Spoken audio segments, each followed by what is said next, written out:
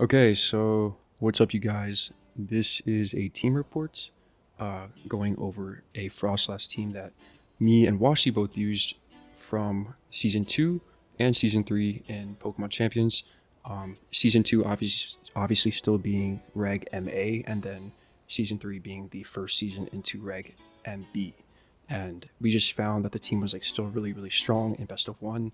With the very minimal changes going between Reg MA and MB, we found that like there just wasn't a reason to like stop using the team completely. Of course, we could have made some small adjustments and tweaks to EVs and stuff, but we found that the 6 was very strong and got 3 really good finishes, and especially Washy having 2 amazing finishes from season 2 and season 3. So, Wash, if you wanted to kind of, introduce yourself and talk a little bit about the team, where where you found the team, how you kind of, built the 6, and yeah. Yo, what's up? Washy. I got 13th in the second season with this team, and I got 5th in the third season with the same team. Felt really good. Um, and I feel like I had the matchups really planned out, so it just worked out. Yeah, I mean, Froslass I think was definitely like a mega that's never felt like bad, but I think like a lot of times it was underlooked, especially like kind of towards the end of MA. There were like a lot of people not really using it, only seeing that one main team with the Lycanroc, right? Like the Lycanroc Frostlass Go Villain team was just really the only Frostlass team that like kind of stood out because it placed well at you know which at that regional, I forgot the name of it, the special event, but yeah, it just that was really the main Frostless team that I think everybody was really looking at, and then of course Zard was just kind of taking the spotlight over a lot of these other megas. So yeah, so I guess you can kind of explain how like the origins of the team if you like, and how you kind of put it together. Yeah, with this team, it was like a few days left before MA ended. I was just kind of like doing whatever. I didn't really want to play. Like, Whimsicott Zard, so I was just looking for something to play. And I went to Liberty Note, and I was scrolling through, and this team caught my attention. It got, I think, ninth at the Japan National Tournament, and I just liked it a lot. Um, I made a few changes, but the changes I made were I put Mystic Water on Basket Legion over Citrus Berry. I put Iron Head over Protect on King Gambit, and I put Aurora Veil on Froslass over Disable. And I also changed the Sneasler ability from Poison Touch to Unburden because I felt like I was getting more value out of Unburden. Oh yeah, like playing the team on ladder, like having, I feel like it's always like a toss up, especially like with these balanced teams that are running poison touch, because it really depends on the build of the team to take advantage of what kind of takes advantage of what ability better, right? Having that residual damage over poison with like your more balanced type team seems to be slightly more valuable, whereas like on teams like this where you have not priority speed control, but you have speed control that's not always guaranteed to come into every match with Dragonite. You have Unburden, so at least you have another form of speed control that can match Tailwinds, and then just one of the fastest Pokemon in the format that just has really good damage, like with poison and fighting coverage. So yeah, I just when I use a team, so me and Washy had first kind of talked about it in season 2, and found that it felt really strong, and he ended up finishing 13th towards the very end, and then I kind of, what was funny was I kind of ended up switching over to something else in Reg MB, and he was sticking with Froslass. So I was like, he's really making this work, and of course, shows that with staying up in the top 10, maintaining top 3 ladder towards like for like a whole week, right? Everybody was wondering who Washy was, right? The tweets about, is this Wolf Glick on an alt? Yeah. But yeah, it's just super incredible finishes, and I kind of think maybe we could touch up real quick on why does a team feel so strong in best of one when it looks so standard? I think that the thing with Best of One is I think one of the reasons this team feels so strong is because it has options into everything, right? You have the Froslass, which is good into basically everything that's not Charizard, and then you have Dragonite for like these Zard heavy teams, and stuff like that. So yeah, I mean, like this team, I think it's slightly weaker in best of three by default because there's less variation. Like you'll probably see a lot more arrows Zard in best of three compared to like just laddering with this team, and it's like the biggest weakness. But I think it can still be strong. Alex Underhill, he got top eight at Indianapolis with the same six, but that was obviously a while ago, and like Aerozard is like way more popular now. But I guess it could still like work in a sense. Yeah, exactly. And I totally agree. I think like we definitely had some talks about trying to get the team to work in best of three, and then trying it a little bit. I think there's definitely some. I think I saw, which we'll kind of touch up on a little bit later, is the that Garchomp slot can maybe potentially be adjusted for instant to kind of give you more best of three play. I think like Feint, it is there's like a small misconception with Feint where like it might Feint's not good in best of three, right? Like people already know that you're running Feint, right? Like Yeah. off of surface level thinking, right? But when people think about it, just having that move, right, for when people see that and see the team see, they're like, oh, he has Feint, right? There's actually a lot of things, a lot of powerful like kind of mind games with just having the move, right? When you're not even clicking it. It's something that your opponent always has to consider when they are going for double protects to stall Tailwind, right? Or stall out Snow and Veil, right? Like there's just so many different scenarios where like Feint is something that your opponent always has to consider, especially your high level players who will always consider every option and then play accordingly. So Yeah, I feel like I'm gonna go back to what you said, like the team is standard, right? I feel like playing a standard team that has like a few like sneaky options is like really good because like obviously we have the Roselli on Chomp, which isn't as close to popular as it was at the start of the game. mhm. And we have Feint on Sneasel. Like I feel like Feint on Sneasel is really really good because every time I've went into um, Big Six, like Whimsicott, Charizard, Kingambit, Legion, like Feint felt really good into Whimsicott teams because they'd always either double protect, like to get their tailwind back up, like it's their last turn, stuff like that. You can just like snipe the Floette, snipe the Whimsicott when it's on stash, stuff like that.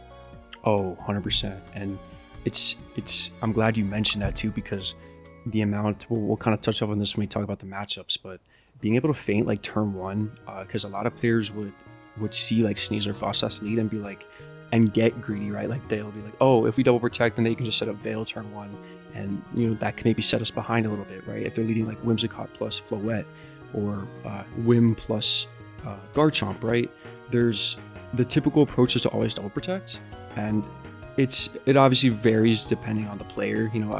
I've lost games going for Feint, and then they just attack and then go Tailwind, or they just double attack. Yeah. So it's definitely a move that you have to kind of be careful with using, right? It's not something that's just always free. You have to kind of consider what your safest outlet is. It's like, do I really need to Feint turn one? Are they going to double protect and then Tailwind the following turn? It's always kind of like a weird way of thinking, but yeah, like I definitely agree with that for sure. And yeah, going to that thing that you said about the team being like standard and just having like a very few like kind of sneaky adjustments to it that give it like that more best of one touch, like Feint, right? These teams seem to thrive like very very well on best of one ladder. If you are a player who's mainly used to best of three but still wants to kind of stick to something that is more standard, I feel like a team like this is perfect for you because you're playing something pretty standard, but you have moves like Feint. You have some more uncommon items that people aren't respecting as much in the current format, like Roselli Berry, right? So there's just so many like small information leaks that your opponent doesn't have um, that give you the benefit in best of one. So Yeah, even when I on like Scarlet Violet, when I had success on Best of One, this one I think it was season 32, I was playing like a standard Cali Ice Miraidon team, But I had Assault Vest on Calyx Ice, and I had Choice Scarf on my Rhydon. So it's just like kind of like, and I was Terra Poison on Calyrex Ice, which won me like so many games. So it's just like playing those standard teams, but having like a small text is like really just good for like GCs, best of one, stuff like that. Oh, 100%. And I remember that team too. Super, super cool. Um, okay, so we kind of talked about kind of like the origin of the team. Of course, it came from a really strong Japanese player in the Japan Nationals. Finishing top 16 is really, really strong because um, just Japan is just the strongest, one of these, like if not the strongest region in VGC, right? Historically, so finishing in top 16, being like one win away from top 8 is just nothing to slouch at. It's a very good achievement, and with a really strong team. So I think one more thing maybe we could touch up on before we kind of get into like the matchups and talking about like the actual how the team actually fell into certain teams. Maybe give maybe some of your reasoning up to why you made like some of the or like the tweaks. Yeah, like taking off Disable for Aurora Veil, taking off Protect for Iron Head, right? What was your like thought process when making some of the main adjustments to the team? Yeah, so for Disable on Froslass, I felt like it just wasn't. I didn't really use it in any matchups. Like I feel like when I wanted to disable, it was just like the stop sucker punch or something. So like I might as well just get the veil up regardless, right? So it didn't feel like I was disabling anything like a real. For Basket Legion, I felt like the berry. I think the berry's fine. I think it can work, but the Mystic Water, it got like so many clutch KOs on like Incineroar, King Gambit, like especially the King Gambit sucker mind games. If you can catch them off guard, you get like the extra damage, and you can just get the KO. Life Orb's good for that too, and for King Gambit, I put Iron Head over Protect because I just think like into those teams, like I mentioned earlier, like the Whimsicott Big Six. I think having Iron Head is like really nice, especially on this team where I guess like your only other Floette answer is Sneasler.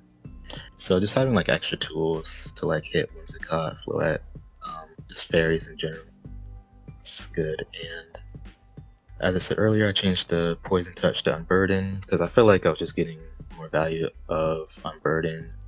Like this isn't one of those slow-paced teams. Like it's balanced, but it's still offense. So I think Unburden is really good because it gives you extra tools in like Rain, Swampert, you can match Tailwind, stuff like that. So I feel like the poison ticks aren't really getting you anywhere. This is like a balanced team, but it's still fast paced at the same time. Yeah, and I totally agree. I think like if we had like a redirection like Sinistro, or we had like it's more of a slower paced team. Like if we had more of like slower paced tools on the team, then yeah, Poison Touch might be a little more valuable. But of course, because Froslass typically isn't like staying alive too long. A lot of the common meta threats like King Gambit, Basket Legion, just do so much damage to it. So maybe there's times you can get a blizzard and a veil up into a blizzard, and then you get KO, but it's really not staying on the field too long. The damage, it really just depends on the scenario. But yeah, your pieces here, as you can see, it's a pretty, I'd say a little bit above your average standard playing team when it comes to offense. So I definitely agree. Like the Unburden change was just very, very strong and necessary for how the team has played for us. Yes. So going into, obviously we have replacements. Going into the matchups themselves, what I decided to kind of do was include all of the teams that both me and Washy had played into on ladder. Teams that we had, teams pretty much that we had played at least 3 to 4 times, and then towards the bottom here, I have the clarification regarding the teams that we actually never faced at all, because going into season 3, going into season 3 into season 4, these teams had not really been in the metagame yet. They had not really been explored. like they haven't skyrocketed to see their top usage, right? Like the Grand Champions Festival Encore, right? That was like a huge tournament where dual weather was super relevant, as well as these Toxapex variants between Froslass and Sun, right, with Venusaur and Charizard. So these were the three teams that we just never played into, because they just were not fully discovered. So we'll kind of talk more about the season 3 teams that we mainly played, and the more common teams that you can expect to see. And one thing to also preface is a lot of these teams are still very relevant in the metagame, right? Like obviously Zard, like Big Six, the Rio 6 with Aerodactyl. A lot of these teams are still pretty relevant, with some of the other variants dropping off on the other compositions.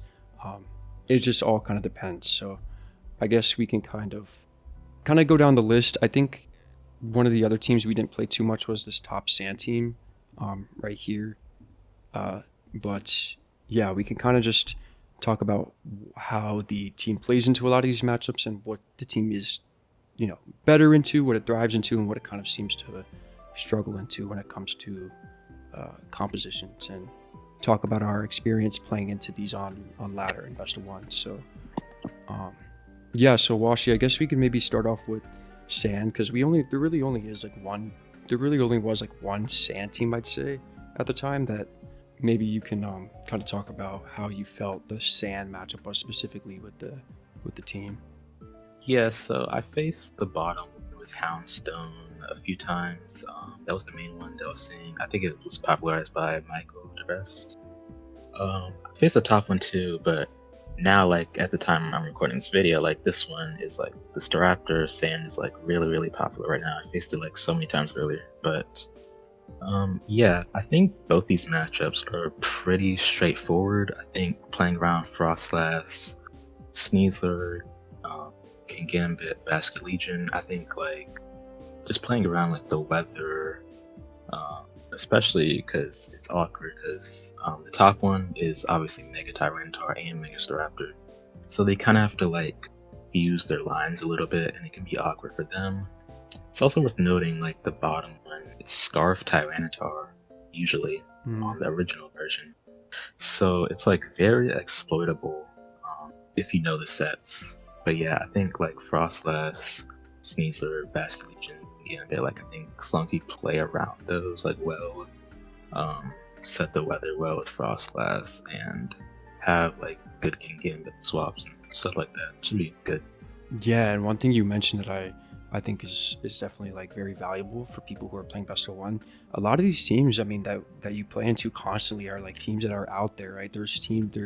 People obviously can make their own adjustments, but as Washy said, this is mainly Scarf T-Tar when you see the 6. So that's a mental note you can put in right at right when you're in team preview.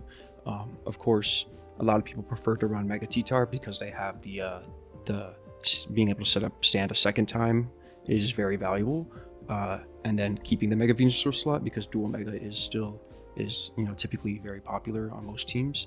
But yes, of course, Scarf Tyranitar is also was very common on this 6, and it, in my opinion, I think probably made the matchup a little bit easier, because you were able to, depending on if they had in the back or if they led T-Tar, you would always have weather control a lot easier, knowing that they could not Mega. So I think that made the matchup a little bit easier. Yes. So I think typically like what our lines would be into sand, because Sneasler is definitely a must bring into this. Froslass is really good. Basket Legion just threatens both. You can literally bring Excadrill down to Sash with an Aqua Jet. Oko T-Tars, especially non-Mega with Wave Crash, but I'm pretty sure you Oko Mega anyway. And yeah, you have it seems like a pretty, I'd say, like, I don't want to say 50-50, but it seems like a pretty fair matchup. It doesn't seem like it's too tricky or 50-50 feeling compared to some of these other ones that we'll talk about. But yeah, that's kind of how we would approach the matchup. And of course, sometimes there could be some slight variation differences between sand, like 1 or 2 bond changes. But these were the 2 common sand archetypes that people were using in season 3. So yeah. Okay, this will probably be like our biggest talk regarding matchups is Zard. So uh, I guess we can mainly talk. I think like the two teams we'll talk about will be like the Rio Six and then Big Six. Of course, these other pictures are just like variations. Some have photographs, some don't. But I think the main ones to talk about are the how we play into Rio Six and then Big Six, because these are definitely some more 50-50 feeling matchups. For the Rio 6 with the photograph, I like to go Froslass and Sneasler. These Aerodactyls, they don't really carry wide guard anymore, so you can safely just fake out Blizzard in the lead. I noticed some people they like to go the Charizard, Farigiraf, Angle in the lead, which is like very tough to deal with, obviously. So, but yeah, a lot of people they just opt for the Aerodactyl in Gambit or the Aerodactyl Sylveon.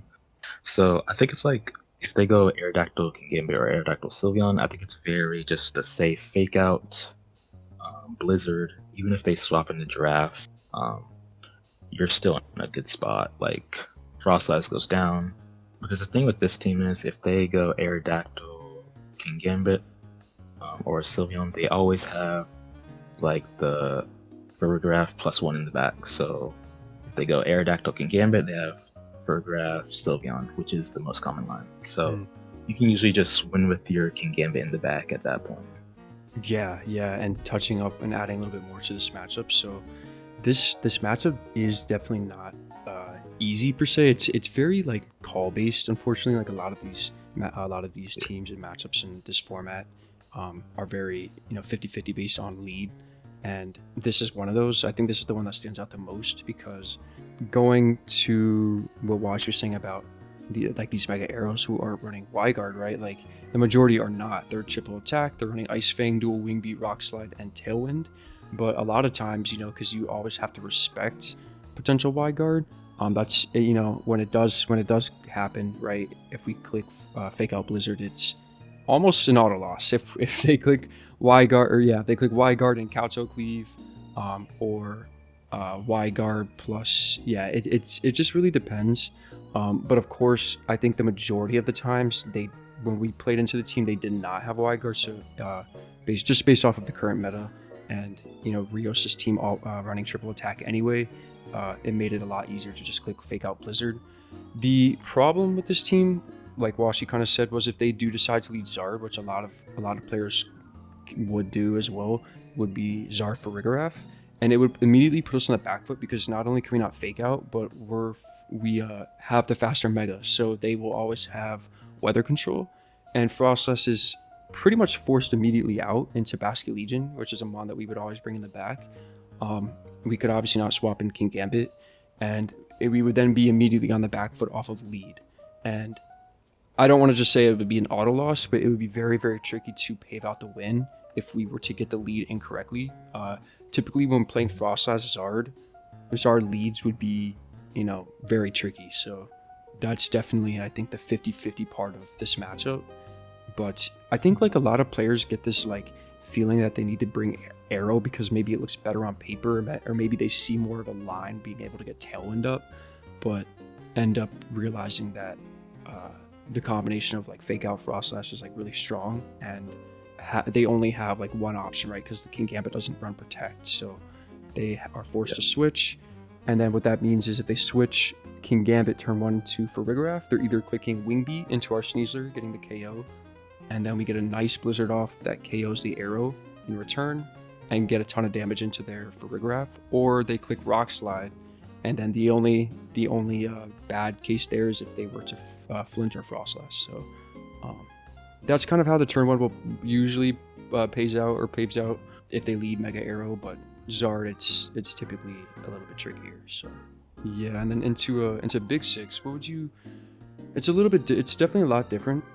What would you say is kind of like feels the best in your common approach into just Big Six? In my opinion, I think Big Six. I think it's definitely a favorable matchup for the Froslass team. I think I played this team a lot, obviously, during my ladder runs.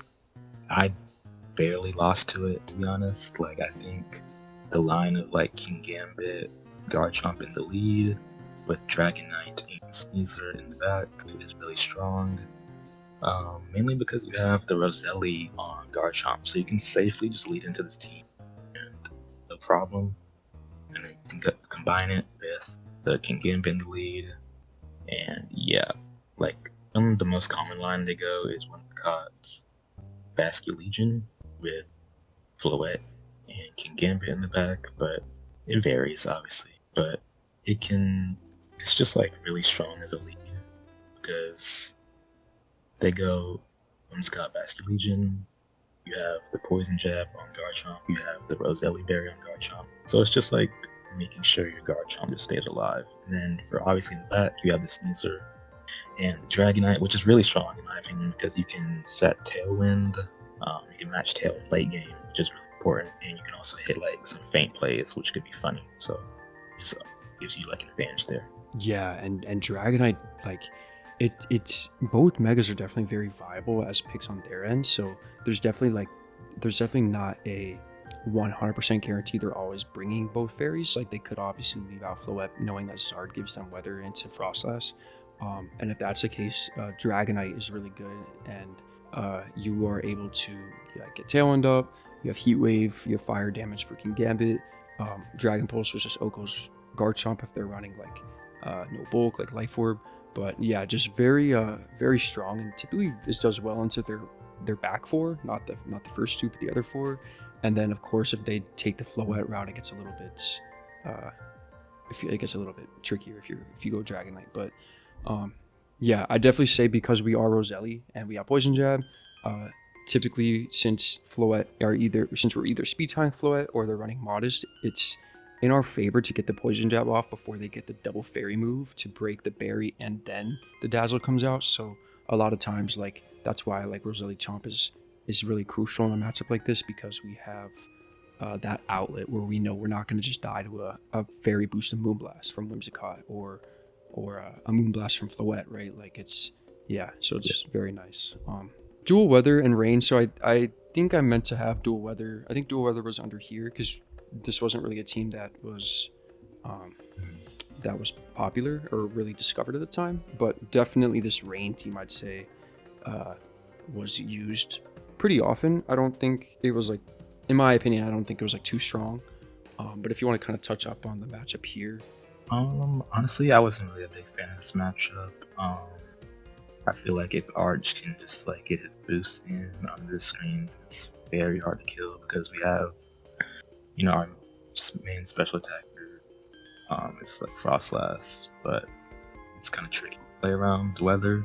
But it's definitely winnable. Like I think Sneasler is like fine in this matchup. I think Basket is fine in this matchup.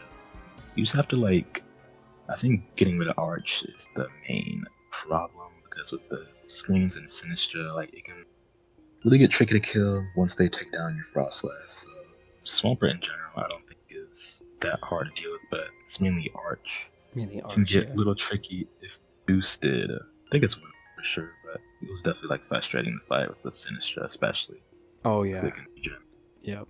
And I think like the rest of the pieces too, like Metagross, like it really is mainly just Arch behind screens, and then what that enables like getting a boost. So like if we are like full HP on Froslass, like after one boost, they don't even have to be boosting nature. It's a roll to kill Froslass with Flash Cannon if we're not behind like Veil. But yeah, like typically Froslass will already have taken damage from Swampert by then, typically like Earthquake. And that's where we're in range of Flash Cannon after that. So it is very tricky. But I will say, I think like what makes it doable on our end is the fact that we have pretty good pieces into the rest of their team. It's mainly just like not enabling the Arch to kind of snowball into our team, right? Like it's definitely a Pokemon that kind of has a pretty good matchup into like the majority of our 6 and can easily snowball through, right? It has Electro Shot for Basque, Flash Cannon for Froslass, Dragon Pulse for Dragonite, Garchomp, right? Like, so it just has overall really good coverage and just hits our entire team for either super effective or neutral damage. So yeah, just very definitely want to like watch what moves you're clicking for sure, because like if they can just like swap in Arch and like get like a +1 on like a useless attack, like it's huge. So you definitely want to be mindful of what you're clicking. Just not giving them any free stamina boost. And I think this is a good lead off into like this like Parish team, because Arch, of course, is obviously still like a huge threat. I think, but the way you have to play into this team is obviously very different because of Mega Gengar. A lot of times they'll bring like Gengar Ensign or Gengar plus Vivian, and then have like Rain in the back. Yeah, this both of these matchups were very interesting. So if you kind of want to talk about kind of like how you're like, if you were to play this team in best of one, what was your main line and thought process into playing into like Parish? I haven't seen the Tinkaton one in a while, but I was able to fight Edu, the creator of the Swampert stuff. I was able to fight him a few times last season, and even other than that, because like now the team is really popular, so a lot of people are picking up on it. So I've been fighting it a lot lately. But I found the most common line is definitely Swampert, Iverlung, Politoed, and Archilon on the back. And that goes on like to say, like you just mentioned Arch. Like Arch isn't as threatening here at all because it doesn't really have any screens to hide behind. Get the regen, the Sinistra. It's kind of easy to kill. But other than that, I think like they usually go Swampert, Viv. You can catch them off guard, faint play early, but it's kind of risky. I wouldn't go usually, but I like the line of Sneasler, Kingambit, Froslass, and Basket Legion in the back because I once like it's really hard for them to beat Froslass and Basket Legion. As long as you mega at the right time, you're usually able to set up a sweep pretty easily, I would say. Because they have to play the Blast Respects with the Politoed, to play around the weather with the Politoed. So usually they end up like sacrificing a lot of HP on their Archaludon, so you can just like comfortably just Blast Respects your way through with Basket Legion once Vivillon's dead. Yeah, that makes a lot of sense. And I think like what I think like into these like Parish teams, like the typical line is that like fake out like Gambit lead, just because I think like overall it's it gives respect into both megas, obviously, but a little bit more to Gengar. Like I think it's a better line if they were to go like the typical like Gengar instant lead, which is pretty common from like I've played the this Parish team many times. I played Len on ladder when he was using it, and he would just play pretty basic. Like he would have both fake out users and then Como typically to have like some means of offense that isn't just Parish. That's typically why Como is on the team, because of its because of the other pieces. But the typical like Gengar instantly Sneasler King Gambit's typically like the most common line into that. And then if you think about into Edu's team as well, like it's not terrible into like Swampert Viv, because you have fake out and you have like options, but it gives respect into both options if they were to decide to like go Gengar. But and then have like Washy having Froslass in the back for like late game weather, being able to mega at the correct time so that you have weather control, and then Basket Legion just kind of cleans up after like blizzard damage. So I think that's I remember the last time I went against Edu, it was on the last few hours of the season. I went for Faint turn 1 and it backfired a lot because he just went for a Sleep Powder into Kingambit and Earthquake, and yeah, but I was able to bring it back because I was able to just KO the Viv and just last respects my way through at that point with the Froslass and the Basket Legion. So you have options too, like there's always ways to come back against Parish, especially. Yeah. So I think that's probably that kind of covers everything with Parish. I think Parish is pretty straightforward. I mean, again, the player has to play pretty. If they take the Parish route, they have to play pretty like one-dimensional. You kind of know that turn one is either do they hard risk you not targeting the Gengar slot with Dark Move, and then you reading the instant swap, or do you play safer and click like fake out. But yeah, it just really like that turn one is always just kind of one more thing, like it's worth noting, like on that team specifically, they usually don't have disable, so it's easier to play with the King Gambit. Right. Shadow Ball, they have both stabs. Yeah, that's true.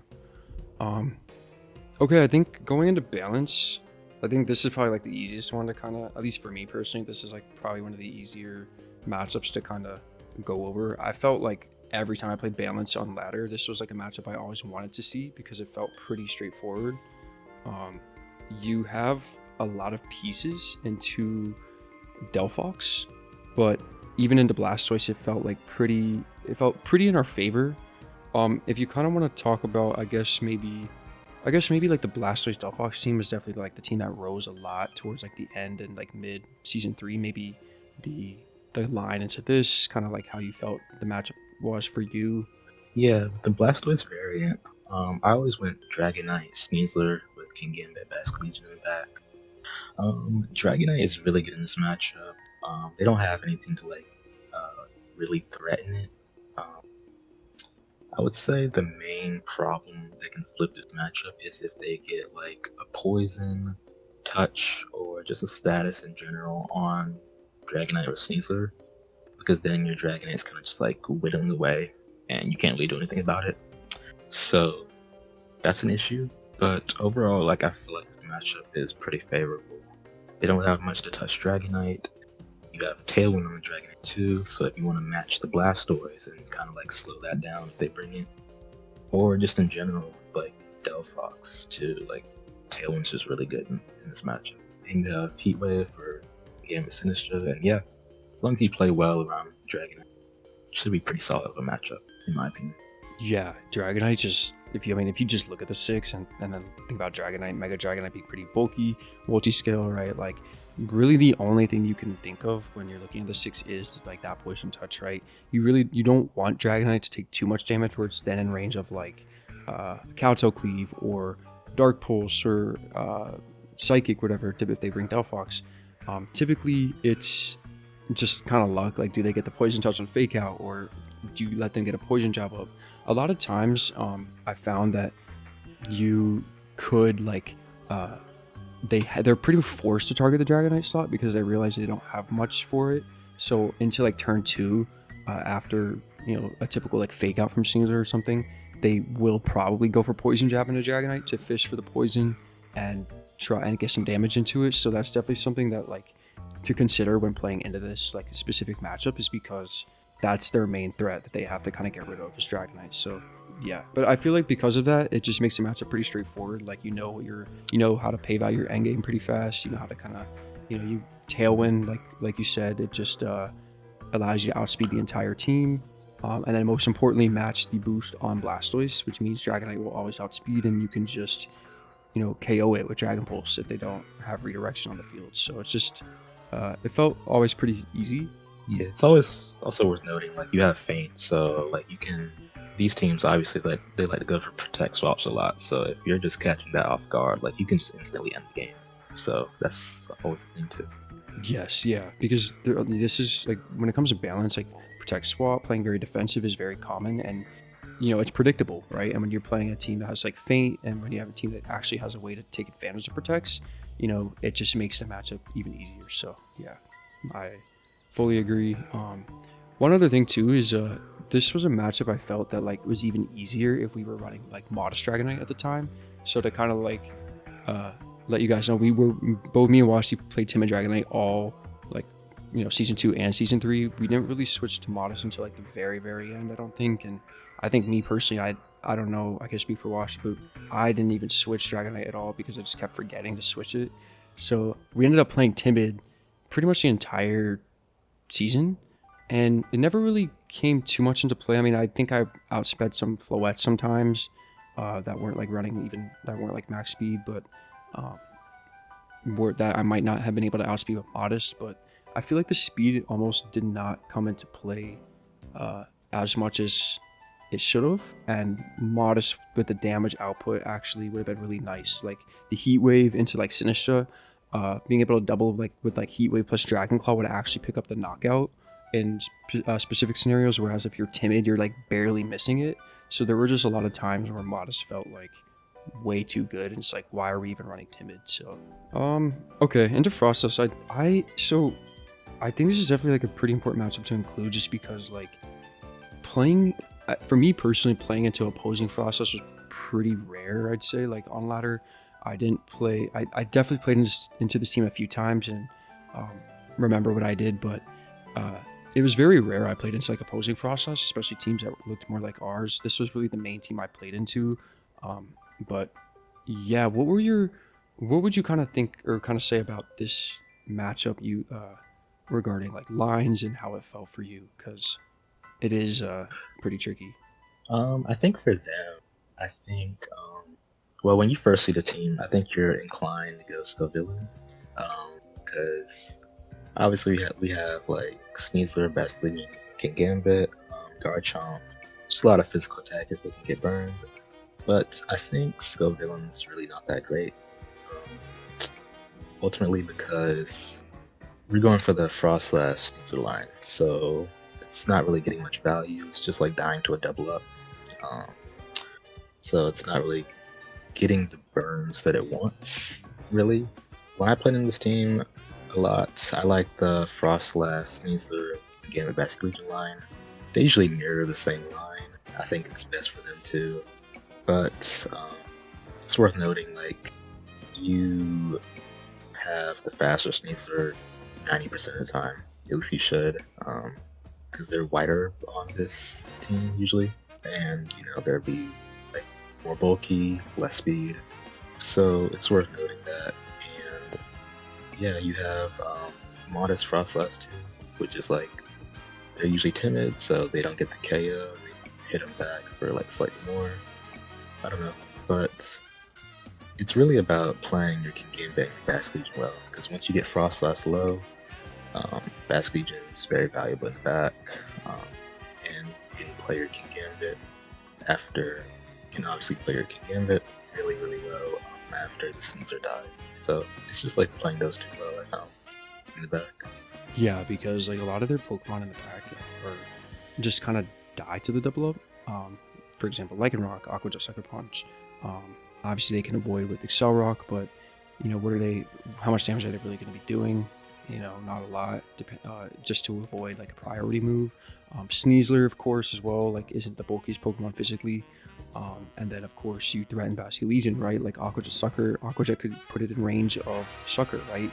They typically are EV to live Sucker from like non-black glasses or non like Life Orb, but because we're Mystic Water, Aqua Jet could potentially put it in range of Sucker Punch. So yeah, I mean your two pieces in the back are definitely kind of like how the game really will pave out, because it's like the mirror is the mirror. You're pretty much gonna, both you and your opponent are pretty much gonna like have the same mindset when it comes to like what moves you're clicking, whether it's Veil, Fake Out, whatever. It's just a mirror. But then in the back, your priority pieces are kind of like what's really going to be like, this is what's going to like win me the game. I need to like the actual game like really matters. So Yeah, and it's also like we're noting like Rachapel low kick, and they're usually black glasses.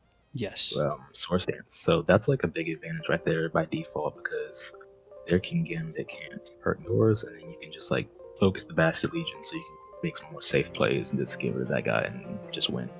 Yeah, I totally. I really would have not crossed my mind. I forgot. So yeah, they're typically glasses on Gambit, and then really, I guess I don't even know if you would call this an advantage, but I think the only advantage that they have over us is just maybe the faster Froslass. But I think since we don't typically drop to a Shadow Ball, since we have some bulk, and they're not boosting nature, so it's a trade-off, right?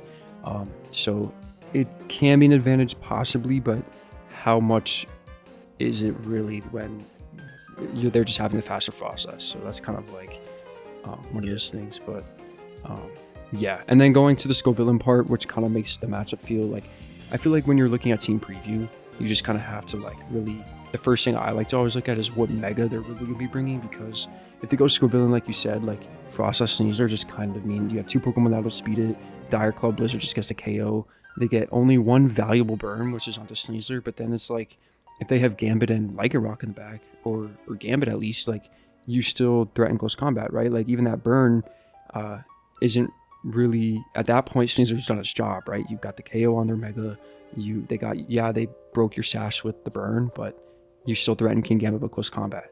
So, and they don't have like Iron Head to hit you for any neutral damage. So, yeah, I think that's a good way to cover this matchup.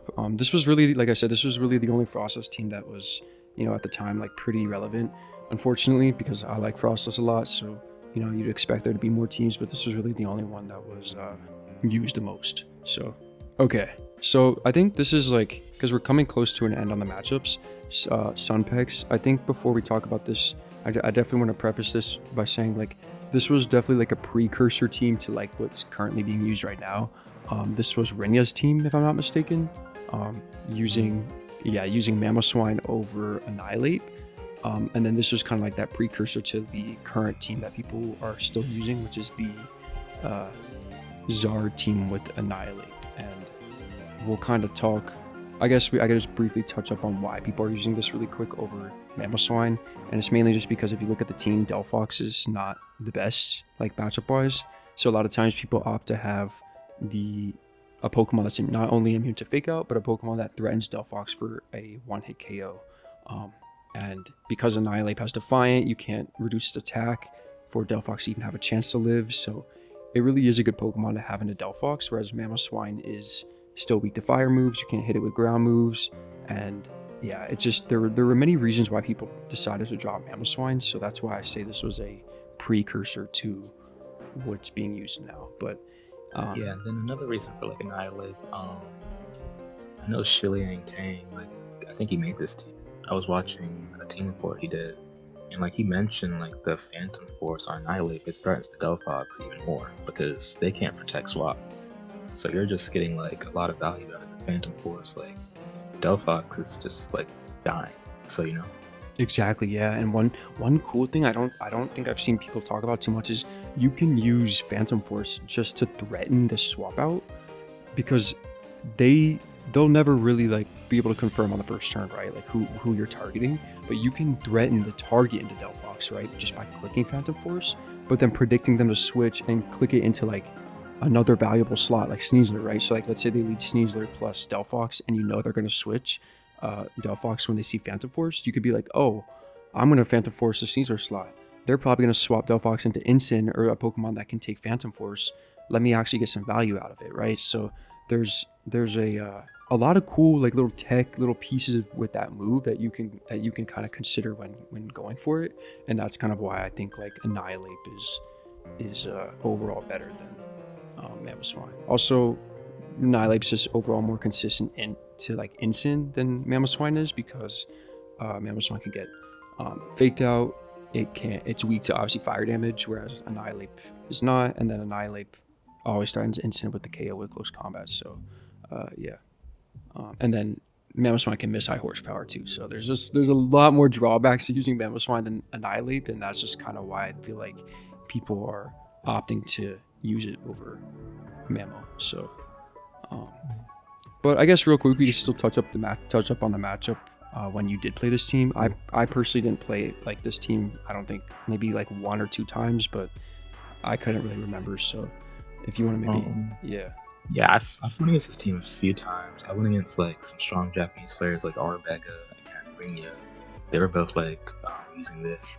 I think I faced Ringya like in like the last 20 minutes of the season.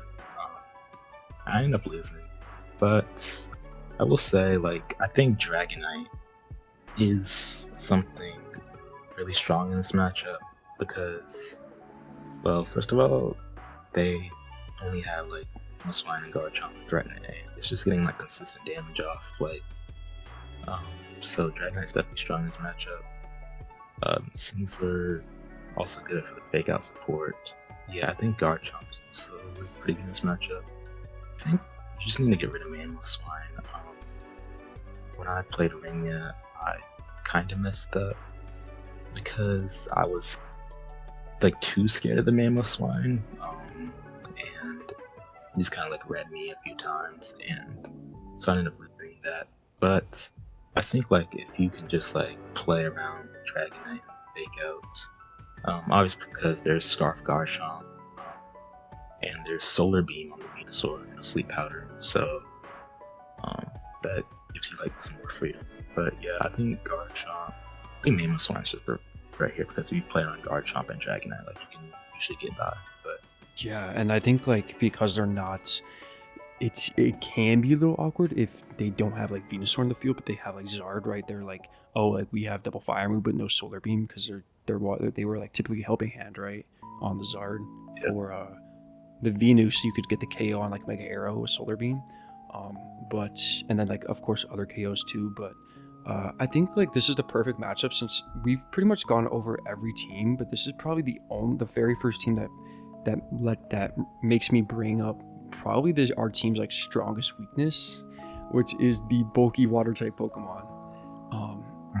And obviously we talked about this, so many times, but if you guys kind of take a look at our team here, there's no super effective damage into water types.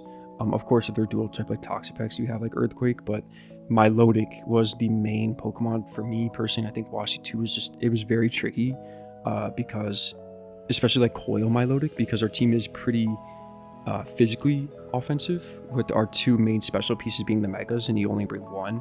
So in the matchup, so it's just like it was pretty much an auto loss, I'd say. You would have to pretty much play perfect, and I think like since we didn't have like Thunderbolt at the time on Froslass, it was very hard. And of course, even Shadow Ball, like not doing too much damage, you could give them a Spit F drop, and then they would have a competitive boost. So there was just so many things going in their favor, having Milotic, and the ice coverage for our two dragons. Water type damage into like King Gambit and Sneasler, so like Scald. So it's very tricky. Obviously, I think the non-coil version was probably a little easier, but even then, like just the fact that because it's so bulky and it sticks on the field, and we don't have a super effective way to deal damage to it, made it really tricky. So the reason why I'm mentioning this is because even into Toxapex, we only have Garchomp to hit it for super effective. And what that means, right, is like it makes the matchup really hard because we just do not have the damage output to kind of like to just get rid of these bulky water Pokemon that just kind of sit, coil. They benefit their partner Pokemon by being able to like put one of your monsters to sleep, and the partner can kind of do the damage. So it was just really tricky. Especially like that Milotic Cine balance team. It was like the Milotic Sinistcha Floette balance team with like Ceruledge. That team was almost impossible. So I think that's like one thing to note when playing the team where I personally struggled like a lot, but I don't know about you. I think you told me you kind of did too. Yeah. My Coil Milotic is tough. Like, you don't really have much damage into it, so you just have to like. I think I drawed against it a few times, which was annoying, but yeah. Yeah. And that is one of the adjustments that we had talked about after season 3 ended. Because I personally haven't played this team since. I think I played I played it up until getting Master Ball, I think, this season, and then I haven't really used it since. But I think like the first thing we talked about obviously was Thunderbolt on Froslass because it still hits the water types super effective like Basket Legion, but it gave us a way to play into like the Big Six Rios team a little bit differently, having the option to like double the Charizard. If they were to lead like Zard Farigiraf turn 1, it would cause like a more of a mind game because they could like protect. We could read the protect and like swap Froslass turn 1 into Basket Legion. If they go Trick Room, then we have Basket outspeed Zard into turn 2. So having Thunderbolt, I think, gave us, if we were to run Thunderbolt, it probably would have made the team like a lot stronger into some of these matchups. Yeah, and especially into like Toxapex and Milotic, like modest Thunderbolt would be at that 2-hit KO range into Milotic. Maybe the lefties would put it out of range, but it would be enough for a 2-hit KO most of the time. And then into Toxapex as well, it would do over like 40% for sure. So it was like very, very. I could definitely see like Thunderbolt being like that key adjustment that we would have made to the team to have some better matchups into like the bulky water types. But is there anything else you wanted to touch up on that, or you think we're good to go to the final matchup? No, that was good. Okay, so final thing here, Trick Room. I think like this is another matchup that felt like pretty okay.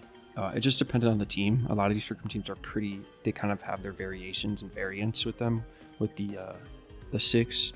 some having Blastoise as the fake out user, some having Mega Scrafty, most having Kangaskhan, right? Like it would always just depend. But I think like if you want to talk about like our like best line into like the common Trick Room team, let's say like Kang, Farig, Torkoal in the back, and then like Mega Mawile, for example. What would you say is like our best line into that? Yeah, I mean, I don't really have much to say here. I think like these teams always felt like fairly easy to beat. With the just playing around Garchomp and Dragonite, Basculin +1, like either Sneasel or King Gambit, depending on their teams. Because like on Best of One ladder, like these Furgraph teams, they just kind of have whatever. Like obviously they have the Mawile or the Kangaskhan or both Torkoal, but then they just kind of just throw in whatever. Like could be Pyroar, Comp, like it's whatever. Yeah. But I feel like the Pyroar teams were generally just free because you have Double Dragon, Basket Legion, and you can just kind of get your damage in, and they can't really hit you back for much. But yeah, like leading, I think like what was our common line, like Double Dragon, so Dragonite and Garchomp, and then having Gambit Bask in the back. I think like sometimes you could lead Gambit if they were like if they lead Staraptor, like Final Gambit Staraptor was like sometimes a thing, but and then you like call the Gambit slot if they were to and then like hard swap the Bask. And then what would make that awkward for them into turn 2 is then they set up Trick Room, but then they're locked in the Gambit with the Scarfmon, so it would always be like pretty awkward.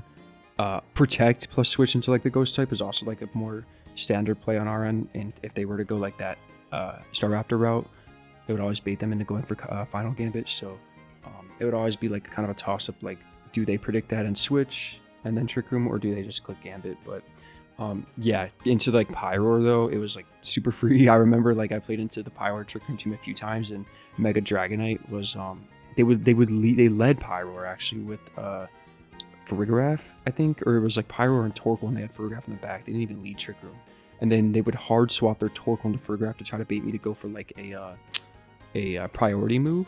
Like I think I led like Basket Legion or something with Mega Dragonite, and I obviously didn't. But yeah, Pyroar was typically always like very free as a Mega, unfortunately. Like Card Trick Room, like their options are just like limited. Like you can kind of just like flowchart your way through it. I think not much to really say. Yeah. Trick Room, I'd say like out of all the matchups we tackled, Trick Room and then Balance, and then Trick Room, Balance, and then I think like the majority of these felt pretty good. Of course, Zard is just Zard, so it's gonna be tricky no matter what. 50-50, pretty like call base with the Rios team, but I think like overall I feel like that's why the team felt so good, especially like having Feint to like really open up some matchups and just like win games like very early based calling your opponent going for Protect, getting a KO on like their crucial mon to win a game, right? Like early on, it was just it made the team really strong. And I think like it felt just so smooth using it. But yeah, I would say like one more thing about Hard Trick Room. Oh yeah. Sometimes they try and like fake the Final Gambit Staraptor, and then they just surprise you like the Mega. Oh, but right. Yeah. I think that's something to look out for, but you can usually kind of play around it either way because you're still swapping to the Basket Legion to cover for the Final Gambit, so you can kind of but it's just something to think about. Yeah, I agree. And yeah, and even if they were like Mega and they were to go like close combat, you would swap into Bask anyway, and then they'd set up Trick Room, so it would just be it would still be like that awkward turn 2 where like you're going into like a turn with like slower Pokemon than the Staraptor, but then they have to like take the turn to swap. So yeah, it was always just like a pretty straightforward matchup. Okay, Sec covers the most of like the matchups we faced, and then talking about, I think like I kind of already went over the clarification, but with these teams we did. So I think Washy, you did play. Maybe you did play. I don't know how much you played the Froslass team into some of these, but into like the current PEX variations now, it's very hard. Like the Zard PEX, it's pretty tricky to play into. I think we're looking at like, because I haven't really played in this team into dual weather, but I think like dual weather looks pretty doable. Like arts under screens again, like is just kind of like that common threat. I think like the fact that they have to like decide if they want to bring both weather mons, because they will probably leave out Venu. They'll probably bring they'll probably, if they bring Zard, then that'll be like obviously their mega, and then they'll have like Raid in the back with screens, and then maybe they leave out Basket Legion. But it was, yeah, I think this matchup's pretty doable. I haven't like played into it too much myself with the team, but I think like because we would not have Thunderbolt at the time, like teams like these look pretty tricky because of Toxapex and some of the other threats like King Gambit, their own Froslass. But yeah, I think these were the three teams, like the three common teams that are pretty common right now that weren't like discovered at the time. So that's kind of why I wanted to mention these in the report. So yeah, I think like dual weather, if you play around your dragon, it could be okay. But you know, the arch on the screens, like you said, it's kind of tough. The second team is just like the same thing I said earlier, like the Annihilate over Mamos, I think, which I think might make it slightly more doable, but you know, the Toxpack's still in it. And then the third one with the Blaziken Froslass, I think that could be kind of tough. Because I think think Blaziken can like KO our Gambit through Chopple, if I'm not mistaken. Like I'm pretty sure there's like it's like a roll to kill, since CC does more than Caesar. So yeah, I mean they could just Fleur Blitz anyway, but like if they wanted to like keep their HP and not take recoil, I'm pretty sure there's it's like a roll to kill if it doesn't just like kill already. So yeah, I wouldn't expect these teams on ladder though. I think dual weather and the Toxapex, the Froslass, Blaziken one, I think these are like more like best of 3 focused teams in like the North American scene, or I guess US scene, I should say. Or just Western scene in general, not Japanese. But yeah, I think these are like just Western teams that you see in like tours. Don't really see these on ladder too much. Yeah, I agree, especially with this third team here too, because I actually use this team on ladder a little bit.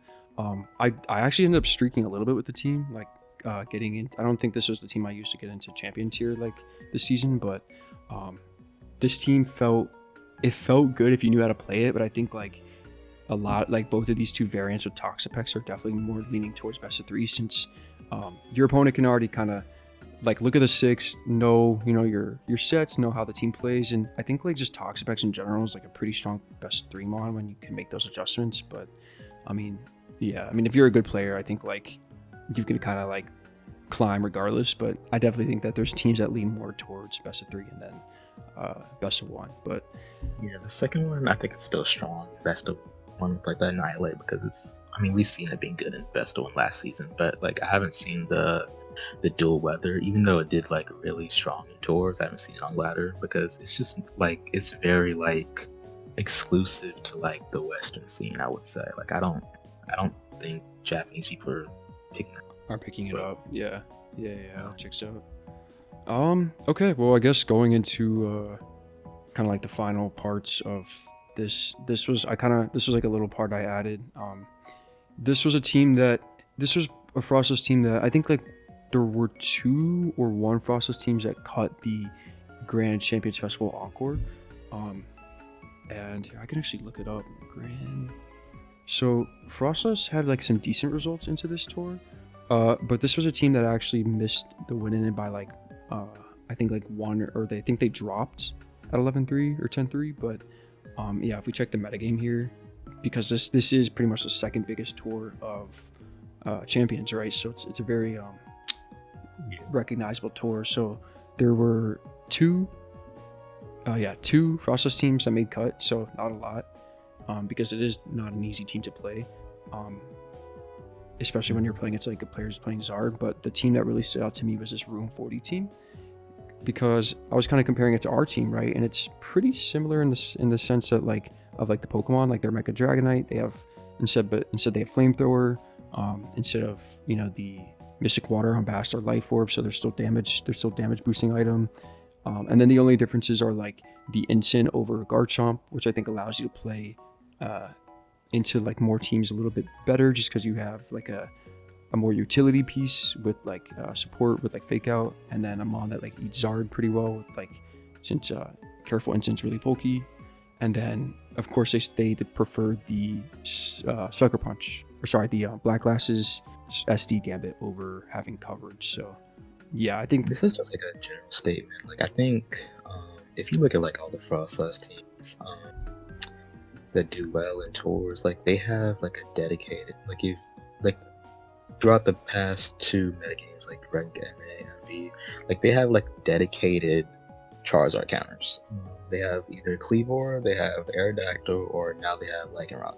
So I think like I mentioned this before, but I think like if you're playing Froslass, just like as a general statement, like if you're going into good Charizard players, I think you'll always be at a disadvantage unless you have one of those dedicated counters like Lycanroc, Aerodactyl, Cleavor, whatever. yeah, I agree. Like if you're playing in best of 3 or Frostless, I totally agree. I think like that's literally one of the reasons why like only 2 cut, and one of them being like the typical the standard Frostless team that we talked about, and then I mean a lot of these Frostless teams like had got 10 wins, had like that rock type, but I mean only Toxpike's really good into Charizard too, so I guess I could say that's like a dedicated counter, I guess.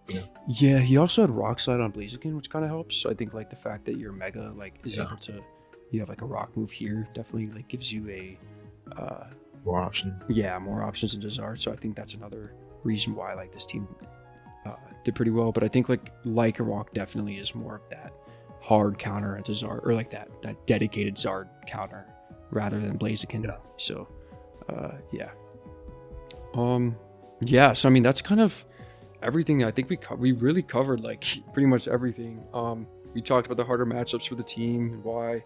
Of course, I think I kind of covered this already, but we talked about like the adjustments that we would make to the team. I think like unfortunately, like if I were to play Frostless right now, I'd probably use like the Lycanroc version, or I'd probably at least use like I'd maybe try like the version with instant, and maybe the run Lycanroc version. I think that's like the most consistent Froslass team for best of 3 still.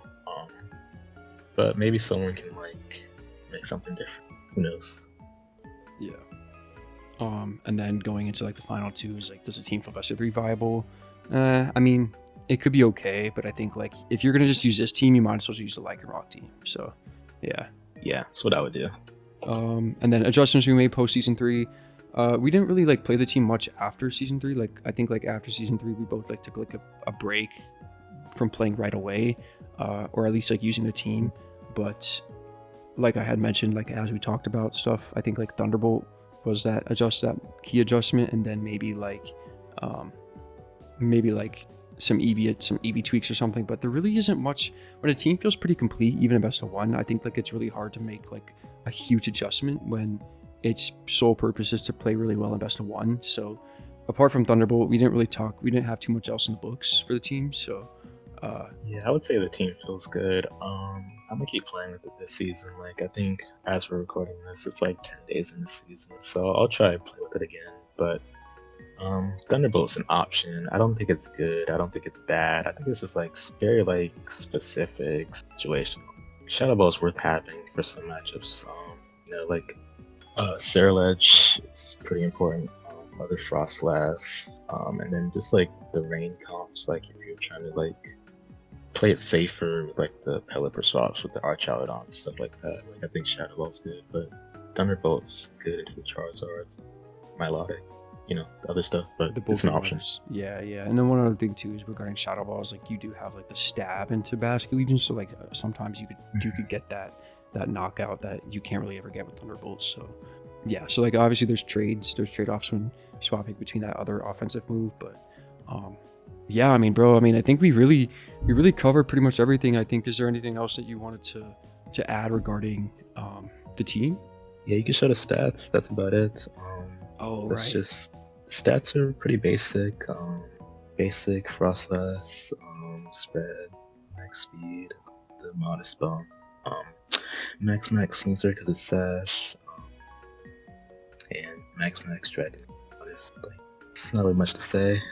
Yeah, and just to like remind you guys, like we did run Timid Dragonite pretty much the whole tour, but I think like changed at the very end, so this was definitely like a better adjustment for the team. The only thing I would say about the stats is maybe the can gambit speed. I think maybe you could just go like max HP, max attack, and then like one speed maybe, because I found that it was like sometimes it was a little annoying playing into like the trick room stuff, like just like weird stuff like min speed, like brave instant roar, like that was like kind of annoying because like I never knew like what my safest play was, because if they're brave I'm just dead, like under trick room I'm just dead. So but I did like the 9 speed for like end game chopple mirrors, like low kick twice, just to get the KO. But it's worth like noting, like 79, like there's a few mons they had like 72, like for Regraph and Cineroar at min speed that you might want to just like be slower than, just to be safe. But I think it's fine the way it is too. Yeah. And notably, obviously, the 79 is for outspeeding Modest Max Floettes, which it's 154 or 156. Yeah, you got a tailwind in this team too, so that's why you want to have some speed as well. So. Yeah. And then I guess the only other thing would be like, if I were to, I think like I mentioned, like if we were to make any post adjustments for the team, like I mentioned, like EV tweaking, the Basque hits 116, which is notably like 1 speed lower than max speed Modest Pelipper, which is 117. So I don't think it's like too important for your Basque to outspeed Pelipper, but I think what was nice at the time was that our Basque was always outspeeding the majority of Arch, because Arch are always hitting kind of like, they have to have like a decent speed to pass 116. Like I think it's like at least like 9 or 10, which means that they would have to sacrifice either HP or Spadef if they're running like Calm or Bold Nature. Typically it was like Bold at the time. So I found that we were, at least I was outspeeding the majority of Arch, but we are notably 2 speed lower than outspeeding Modest Max Pelipper, which hits 117. Yeah, so. I mean, another thing I noticed recently, because I've said like, I've said the Staraptor sand team has become really, really popular now. So I was noticing like these T-Tars, they're going like on like the most popular variant that I've seen. They're going like the one that Cybertron featured on his YouTube channel. They're going like 31 Jolly, I think. So that's like, I think that's like 123. So like that's kind of annoying. I don't think it's like something to like change over, because that would be kind of fast. But just something to note, like you might underspeed like a lot of Tyrantors now, just kind of annoying. Yeah. I mean, it just goes to show like just a few weeks or even like a month, like a little over a month now since season 3 ended, right? Like, I don't know if it's been that long, but at least a few weeks. Like the amount of meta changes and adjustments that are made, because like Basque Legion underspeeding T-Tar was not something that I ran into too much. I always felt like confident in outspeeding, but yeah, now because of the Sand team being very popular, Mega and Jolly, like pretty much max speed T-Tar will outspeed. So that's unfortunately a big change. But yeah, I think like obviously like the team is pretty strict to best of 1, I'd say. But I still think it's very solid. I think like I think it's just like a very straightforward best of 1 team that plays pretty standard, but then you have like those tech moves like Feint. But I think we covered pretty much everything. And if you kind of want to close this out, anything else left to say? But I think the team is still worth playing. I kind of just like streaked the champion early, so the same team. So I'm gonna just play until this season, see where I end up. Hopefully I do good. I would try it though. Like if you don't know what to play on ladder, like I think it's just like a solid team, and we're trying. Like it may take some getting used to, because like Sudas, like I sent it to him, he tried it a few times. He's like, bro, I don't know about this, but like then he like swapped to it again. Then he like, it's like, okay, this is tough, Yeah. Like this was a team that took, especially for me and for Washy, it was just like his main team that he felt really comfortable with.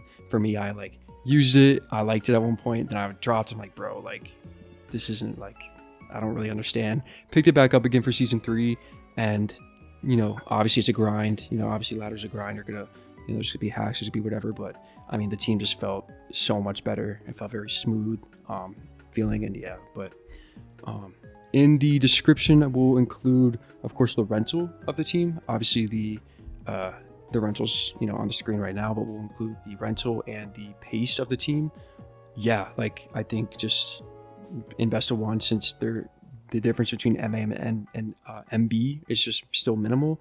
I think that because uh, of that alone, this team can still always thrive in best of one. So yeah, Yeah. so all the information will be in the description, and yeah, hope you guys enjoyed the video. Peace.